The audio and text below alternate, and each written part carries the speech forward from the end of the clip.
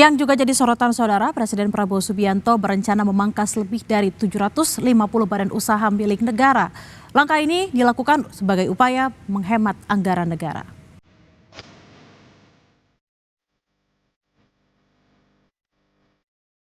Presiden Prabowo Subianto akan memangkas jumlah badan usaha milik negara atau BUMN.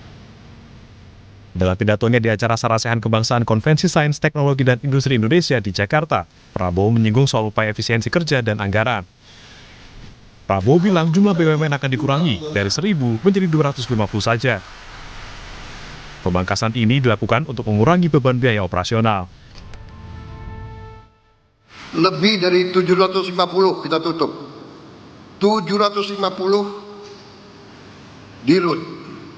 750 direksi kali 4 atau kali 5, 750 komisaris kali 10,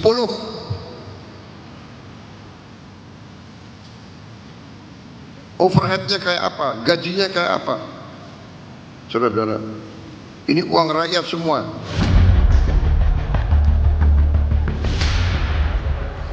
Selain itu, Presiden Prabowo mempertimbangkan usulan agar sebagian laba BUMN dialokasikan untuk mendukung pendanaan riset dan inovasi. Mensesnek Prasetyo Hadi bilang, Presiden memberikan petunjuk untuk menambah anggaran riset hingga 4 triliun rupiah. Sudah dong, kan di pertemuan yang sebelumnya, waktu di Istana, beliau sudah juga memberikan petunjuk untuk menambah anggaran riset kita kan, sampai di angka 4 triliun. Nah, setelah itu sudah kemudian kita tindak lanjuti bersama-sama dengan Kementerian Pendidikan Tinggi dan Sains dan Teknologi bersama dengan Bappenas dan BRIN yang sekarang dipimpin oleh Prof. Arief Satria, mantan Rektor ITB, untuk menyatukan semua riset kita. Jadi peta jalan riset seperti tadi bukunya kan juga sudah dihasilkan, yang intinya adalah riset-riset yang sekarang kita jalankan semua harus dalam satu grand design.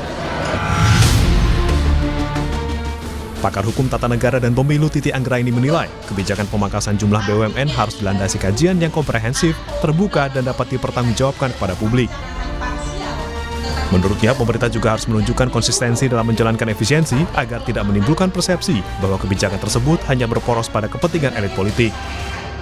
Pada dasarnya setiap kebijakan itu kan harus dilatar belakangi oleh studi kelayakan atau feasibility study yang akuntabel, terbuka, dan mampu diakses oleh publik. Setiap keputusan apapun, kalau itu memang punya argumentasi dan juga analisis yang kokoh, tentu publik tidak akan menolak begitu ya. Tapi yang menjadi persoalan adalah keputusan kebijakan yang melulu elitis dan top down, sehingga kemudian rasionalitas atau logika di balik keputusan itu bisa saja akan mendapatkan penolakan dari publik. Presiden Prabowo meminta proses pemangkasan BUMN harus selesai pada tahun ini. Prabowo mengatakan dalam 2 tahun, BUMN yang ada akan lebih efisien, transparan, dan bekerja untuk rakyat. Tim Liputan Kompas TV.